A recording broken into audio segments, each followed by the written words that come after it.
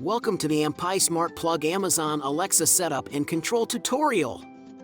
Before we begin, make sure you have downloaded the Ampai app and added your device to it, and ensure that your network is 2.4 GHz and not 5 GHz, as the smart plug is not compatible with 5 GHz networks. Step 1. Open the Ampai app and go to the Me interface. Click on the Alexa icon to add the third-party voice service. Step 2. Click on Sign in with Amazon and follow the prompts to complete the connection with Alexa. Step 3.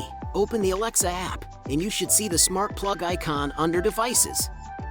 Step 4. You can now control your smart plug by clicking on the icon in the Alexa app. Step 5. To control the smart plug with voice commands, say, "Hi Alexa, turn off the smart plug." Okay. "Hi Alexa, turn on the smart plug." Okay.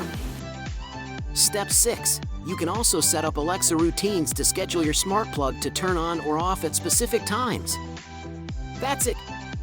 You can now enjoy the convenience of controlling your Ampai smart plug with Amazon Alexa.